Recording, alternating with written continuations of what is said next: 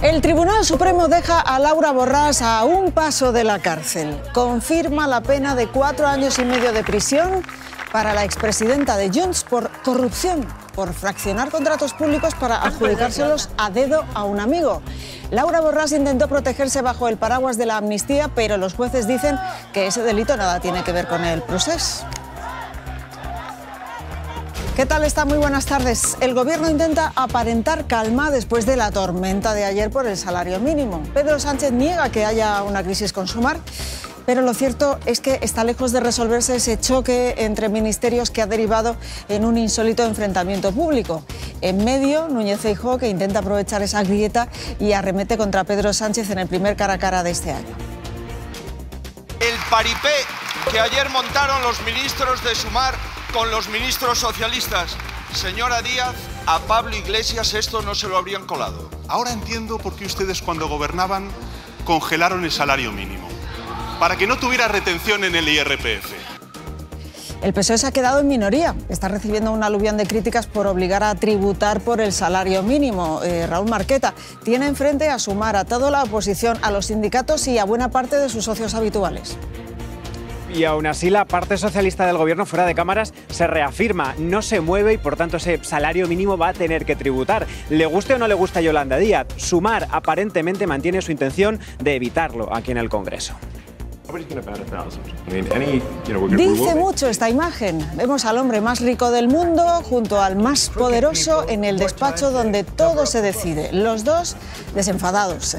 Elon Musk tiene a su hijo sobre los hombros mientras recibe plenos poderes de Donald Trump para purgar la administración pública. Musk tiene vía libre para despedir a miles de funcionarios allí en Estados Unidos. El presidente Zelensky propone un intercambio de territorios con Rusia a cambio de que Trump intermedie en la paz. Moscú pone condiciones y Estados Unidos acaba de decir que Ucrania no va a poder volver a las fronteras de hace 10 años. Yo lo que le dije es si podíamos buscar una fórmula para normalizar la situación. Jorge Vilda admite que sí, que habló con el hermano de Jenny Hermoso en el viaje de vuelta a España, pero niega haber coaccionado a la futbolista y también niega haber recibido órdenes de Luis Rubiales. Jorge Vilda fue destituido como seleccionador nacional femenino después de ganar el Mundial. Se enfrenta a un año de prisión. Y una imagen más. La lucha de un grupo de vecinos para expulsar a los ocupas de su barrio. Vean esto.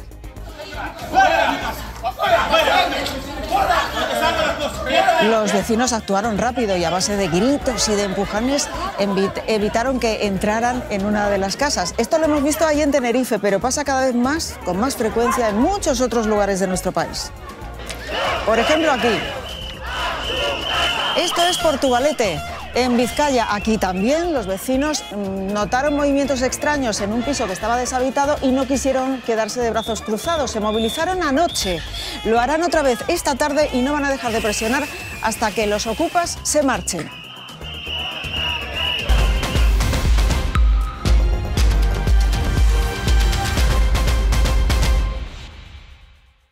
Presidente, ¿hay crisis con Sumar? Muchas gracias. En absoluto. En absoluto, decía Pedro Sánchez, que intentaba hoy zanjar el problema con Sumar a cuenta del salario mínimo, de que quienes lo cobren pues vayan a pagar por primera vez el IRPF. El PSOE tiene enfrente no solamente a la vicepresidenta Yolanda Díaz y a Sumar, tiene también enfrente al resto de socios, a la oposición, a la patronal e incluso a los sindicatos. Hoy en el Congreso, esta es la imagen que el Gobierno de coalición quiere transmitir. Sonrisas y sintonía total entre el presidente del Gobierno y la vicepresidenta de Sumar. María Jesús Montero está enferma y su escaño hoy lo ha ocupado Yolanda Díaz. La polémica sobre el salario mínimo ha protagonizado el primer cara a cara del año entre Sánchez y Feijóo. Quedarse con la mitad de la subida del salario mínimo ni es progresista ni es justicia social. El paripé que ayer montaron los ministros de Sumar con los ministros socialistas.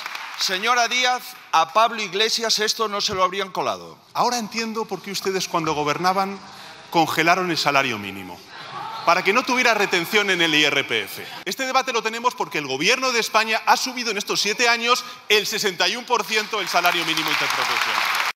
Para tumbar la tributación del salario mínimo hay varias propuestas registradas ahí en el Congreso, Raúl Marqueta, y una de ellas es la de Sumar. Sí, una de Sumar, recordemos también otra del Partido Popular y una más de Podemos. Son 3 leyes casi idénticas para intentar evitarlo, pero el Gobierno tiene opción de veto. Como con cualquier otra ley, el Gobierno puede vetarlo si considera que puede trastocar las cuentas públicas. Hemos preguntado sobre esa opción al sector PSOE del Gobierno. No quieren ponerse en ese escenario, pero tampoco dan marcha atrás. Y sobre la imagen que se dio ayer en esa rueda de prensa posterior al Consejo de Ministros, pues PSOE y Sumar intentan darle normalidad.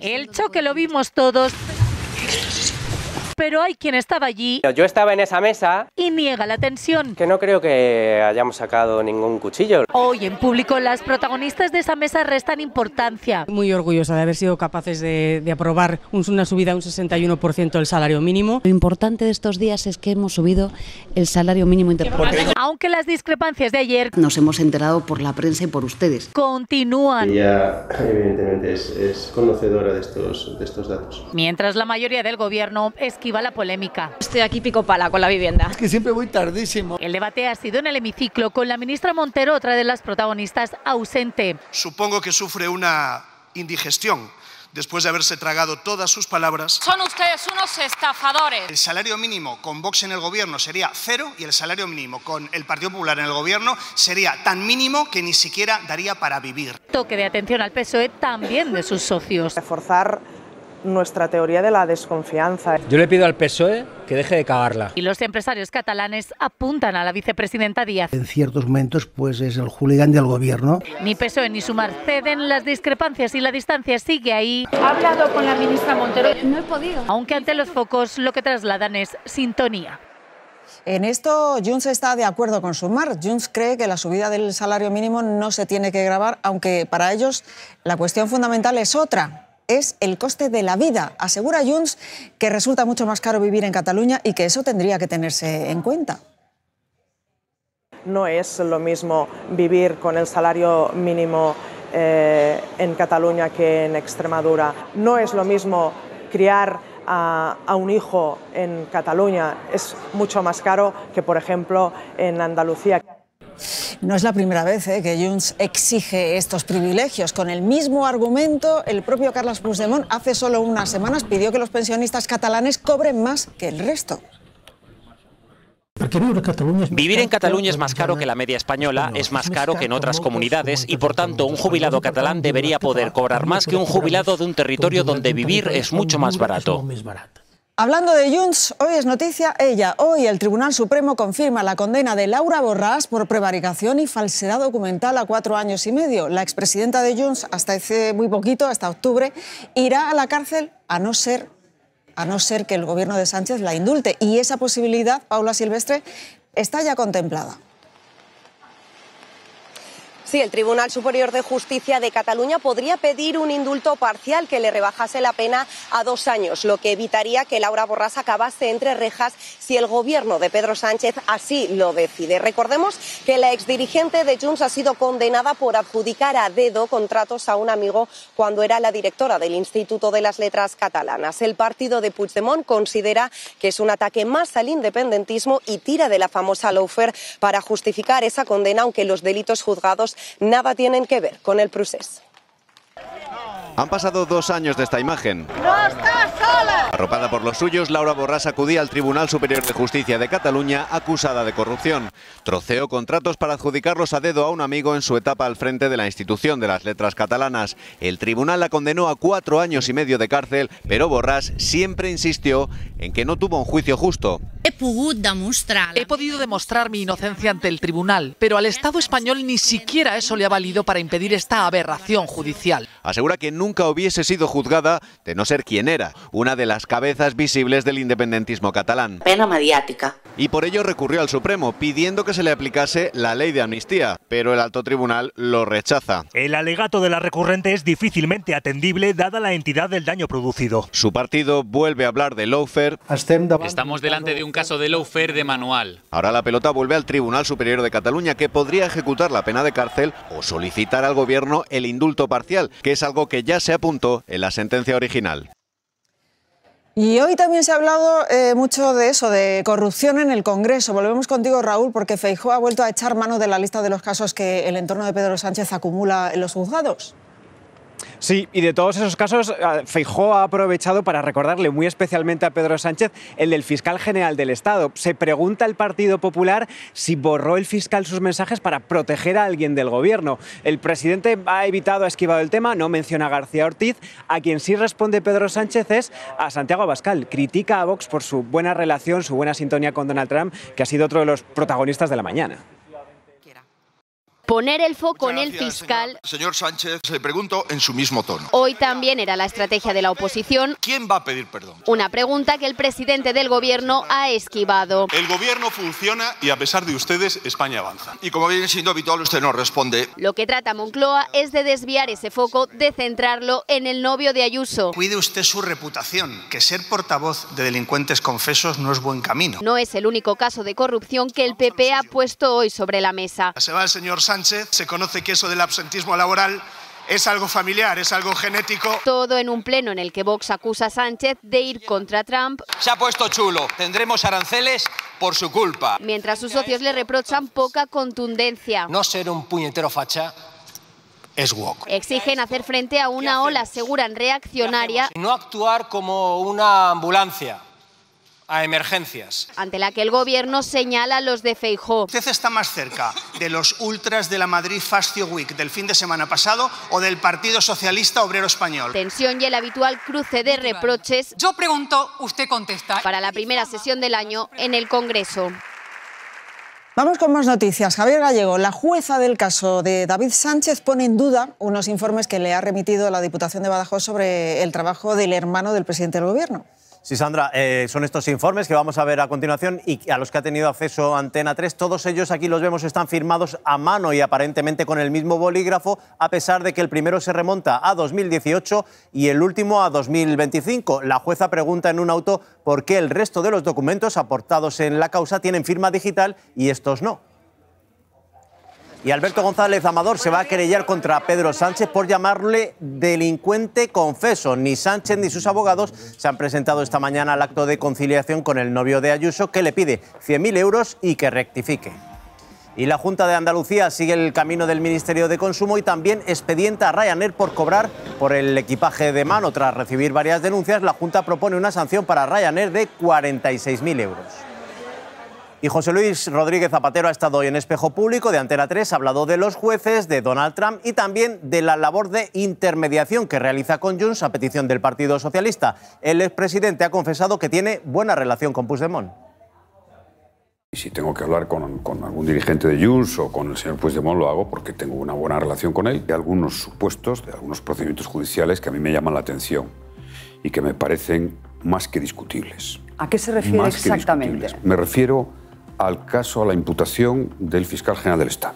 Uno puede discrepar de una decisión de un magistrado del Supremo, hay un tribunal constitucional, hay un tribunal de Estrasburgo. Este rumbo que intenta hacer la administración Trump, esto no va a salir. Nadie va a recibir unos aranceles impositivos que te perjudican y no va a devolver. Donald Trump y Elon Musk, con su hijo, recibían hace solo unas horas a los periodistas en el despacho Oval. Los dos están preparando despidos a gran escala entre los funcionarios de su país. Hemos detectado una cantidad enorme de fraudes. Creo que probablemente ya hemos descubierto miles de millones de dólares. No es opcional que nos dispongamos a reducir los gastos federales. Es esencial hacerlo. Trump dice que esos recortes son la única forma de evitar que Estados Unidos vaya a la bancarrota. José Ángel Abad, solamente se va a poder contratar a un funcionario por cada 4 despedidos. Sandra, Trump comparecía para firmar una nueva orden ejecutiva que insta a todos los organismos de la administración estadounidense a cooperar con el nuevo departamento de supervisión que dirige Elon Musk, que a su vez, a su lado, anunciaba enormes recortes de gasto y de personal públicos, alegando fraude y falta de eficiencia. Pero sobre todo lo que estaba ocurriendo es que Trump dejaba claro que le da a Elon Musk más poder político que a ningún otro asesor antes. Trump ha hablado de erradicar la corrupción y rápidamente ha cedido la palabra a Elon Musk. El multimillonario con gorra trumpista incluida y su hijo de nombre impronunciable a hombros ha sido interrogado por primera vez en el despacho Oval sobre los despidos a gran escala. Tenemos un déficit de 2.000 millones de dólares. Si no hacemos algo, el país va a la bancarrota. El decreto reducirá drásticamente el tamaño de la administración y ya ha despedido fulminantemente a miles de trabajadores de diferentes departamentos federales. Es sentido común, no son medidas draconianas ni radicales. Aunque las aplica con argumentos cuestionables. Se sigue pagando la pensión a gente de 150 años. ¿Conoces a alguien de 150? Yo no. Así que creo que están muertos y se les sigue pagando. De ser cierto, durante su primer mandato, Trump siguió pagando esas pensiones a gente que entonces tendría 145 años. Y también se cuestiona si hay conflicto de intereses con Elon Musk. Además, ha prohibido el acceso a la agencia de noticias AP a estas ruedas de prensa. Sus periodistas se niegan a cambiar el nombre del Golfo de México por el de Golfo de América. Si Hamás no devuelve a nuestros rehenes antes del mediodía del sábado, el alto el fuego terminará. El primer ministro de Israel, Netanyahu, da por bueno, da por válido el ultimátum de Trump a Hamás y él también amenaza con volver a los combates si los rehenes israelíes no regresan ya este sábado. Trump también está detrás de las negociaciones para la paz en Ucrania. María José Zamora, el presidente Zelensky ofrece ahora a Rusia, atención, un intercambio de territorios. Vamos a ver en el mapa en qué puede estar pensando Zelensky.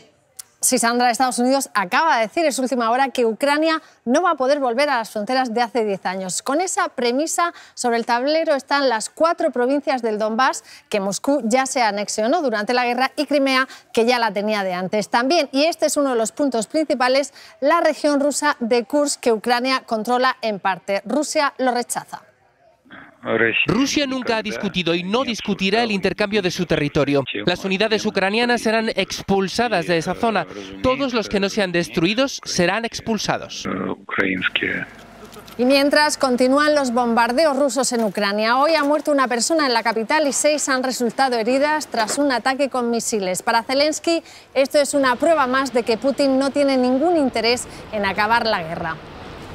Y en Reino Unido, el gobierno laborista endurece aún más sus medidas contra la migración siguiendo el modelo de Trump. Va a vetar la ciudadanía a todo el que llegue de forma irregular al país, incluso por patera, por el Canal de la Mancha.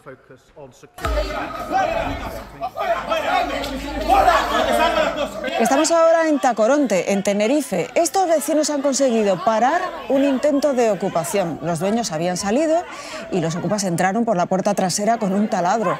Ya habían intentado entrar antes en otras viviendas de ese barrio. Pensaron que por favor que salieran y ellos se negaban y ahí empezó todo. Había muchos hombres ahí metidos ahí y entonces entre todos los echamos fuera. Que ellos se quedaban aquí, que volverían mañana, un poquito violento. Pues lo mismo está pasando aquí en Portugalete, en Vizcaya, vean.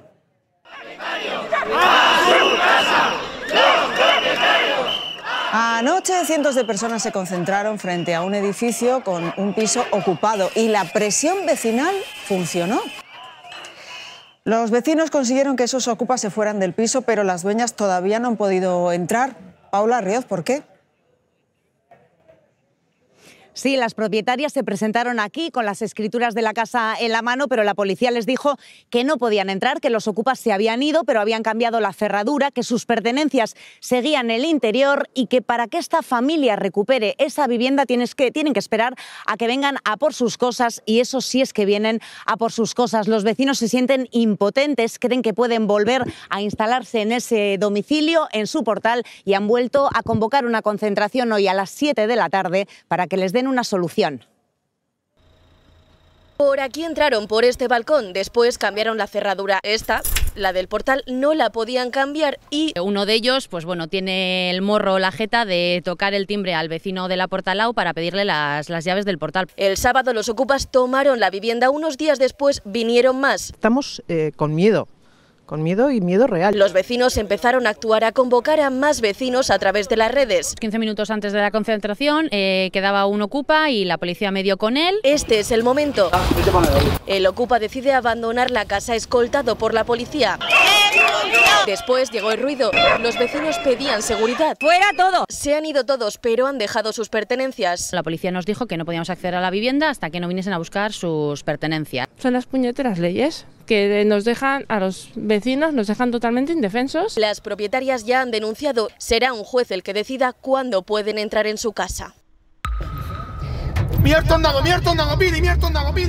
Tremendo, ese tornado en solamente 2 minutos provocó ayer momentos de pánico en Huelva, imágenes de impacto y muchísimos destrozos. Arrancó árboles, volcó coches, camiones, en fin, tuvo efectos devastadores.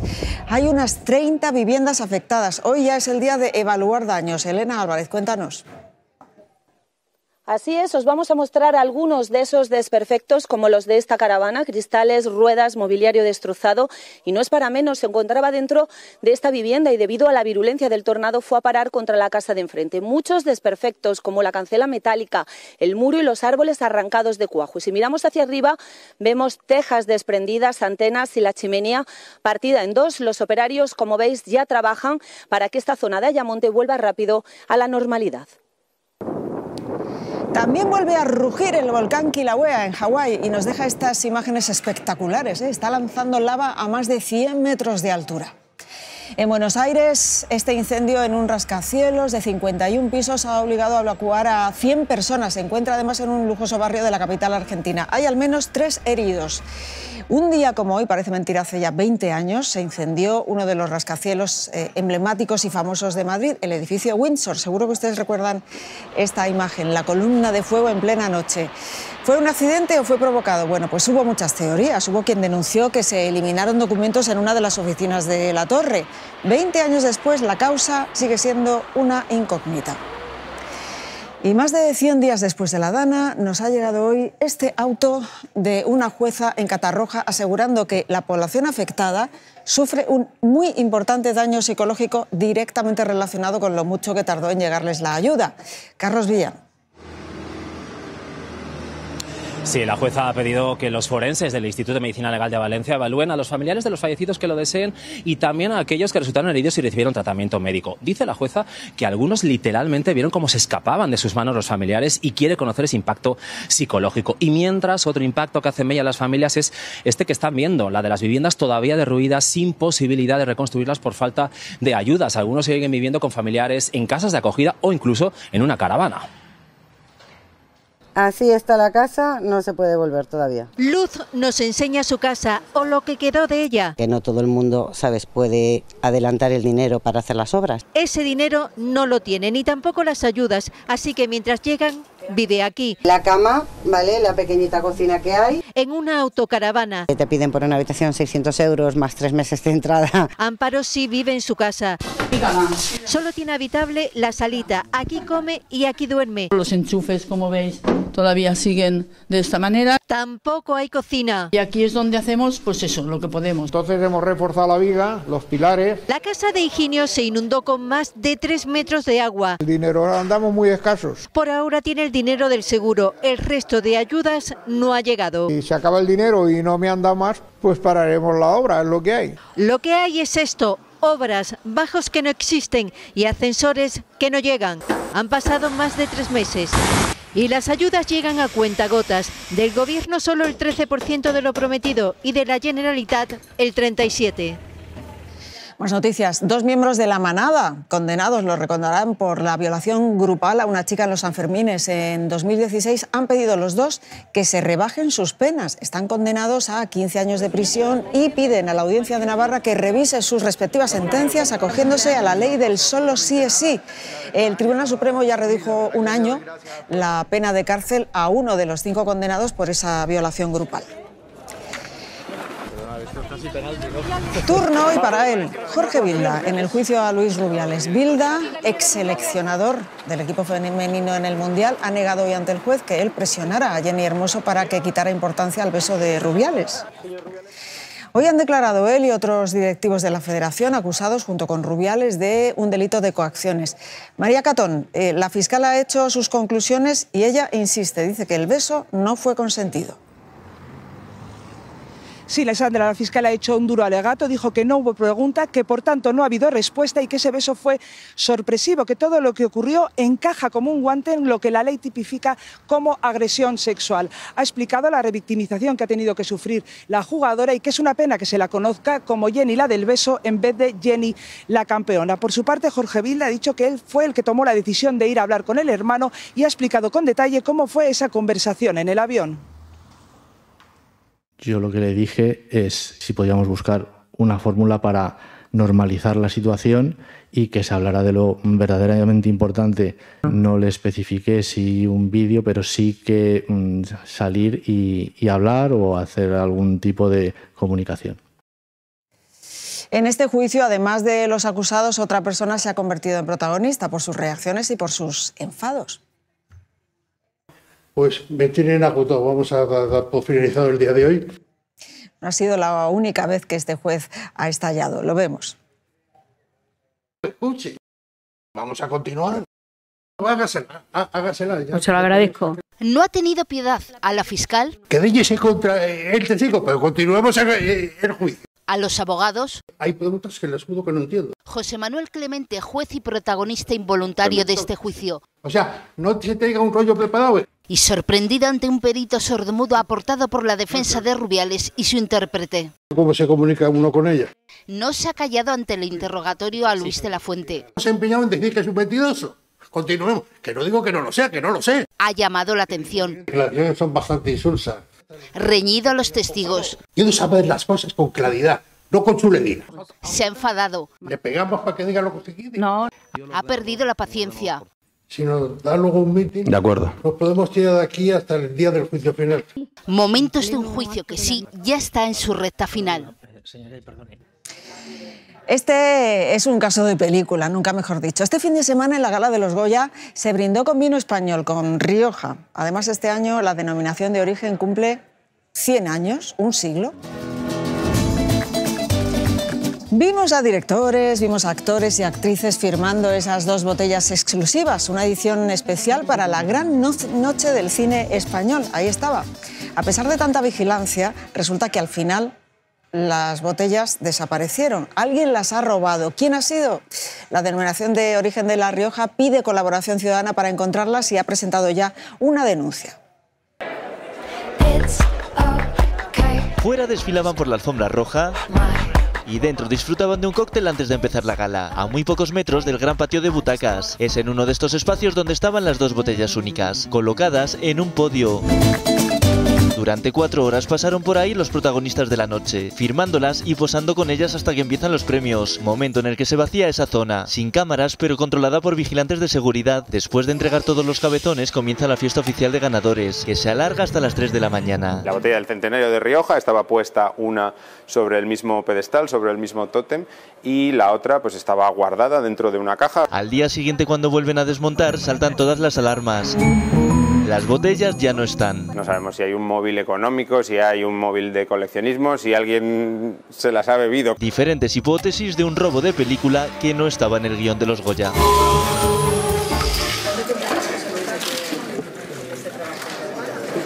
Esta es solo una de las muchas conversaciones que han tenido esta mañana los Reyes con pacientes y trabajadores del Hospital de Parapléjicos de Toledo. Es una visita especial porque este centro médico cumple 50 años. ¡Felicidades! ¿Se imaginan ustedes tener en su cuerpo de repente un repartidor de medicamentos? Pues lo han logrado en el Instituto de Nanotecnología de California, en Estados Unidos. Esa especie de bolitas, estas son pequeños robots del tamaño de una célula humana y son capaces de viajar por la sangre y por los fluidos de nuestro cuerpo, llevando la medicina justamente a la zona donde la necesitemos. Están hechos con una especie de hidrogel y tienen la anchura de un pelo. Ya se han probado con ratones, con cáncer y han sido muy eficaces. Podemos dirigir estos pequeños robots con total precisión, enviarlos a través de la sangre a lugares de difícil acceso y allí administrar el medicamento adecuado.